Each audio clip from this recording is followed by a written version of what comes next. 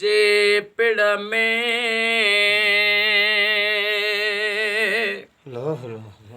करबला जे पिड़ में आया सैयद शेर तन मारियाऊं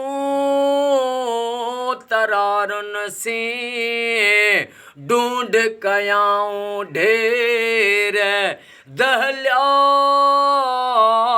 उत दिलेर ॾिसे हमलो मीर हुसैन जो या हुसैन या अल्लाह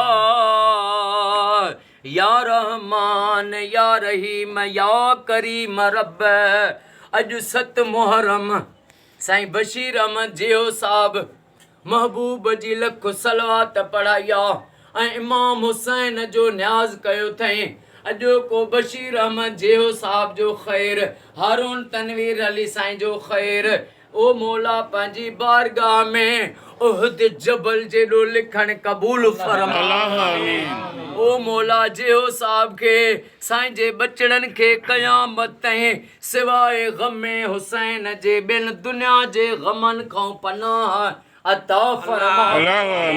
ओ मौला हिननि जे जेके बि दिलनि में जाज़ तमन्नाऊं आहिनि रब तोखे वास्तो वा मासूम अली असगर जो ऐं वास्तो थी अम्मा मासूम बीबी सकीना सलामुल्लाह अलैहा जो बशीर अहमद जियो साईं जे ऐं हिननि जे पुटनि जे दिलनि जूं जाज़ तमन्नाऊं पूरियूं फरमा।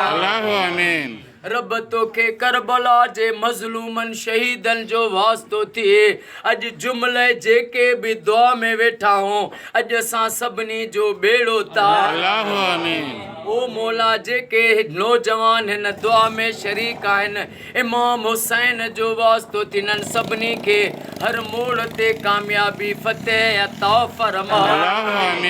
फ़कीर अरबाब अली साईं खे गुलज़ार अली फुलपोटो साईं खे एजाज अली फुलपोटो साईं खे साईं जे बचड़नि खे क़यामत ताईं आबाद फरमा।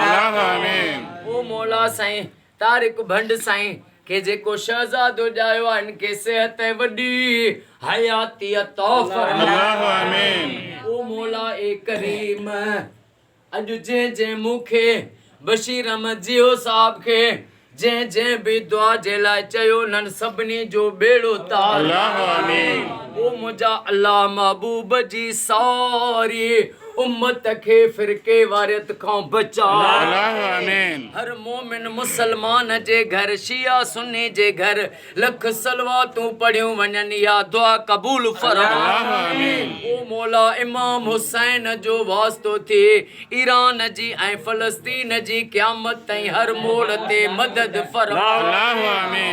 इन्नल्लाह व मलाइकतहु युसल्लूना अलल नबी या अय्युहल्लज़ीना आमनू सल्लु अलैहि व सल्लिमू तस्लीमा। अल्लाहुम्मा सल्लि अला मुहम्मद व आले मुहम्मद ला इलाहा इल्लल्लाह मुहम्मदुर रसूलुल्लाह नारे हैदरी।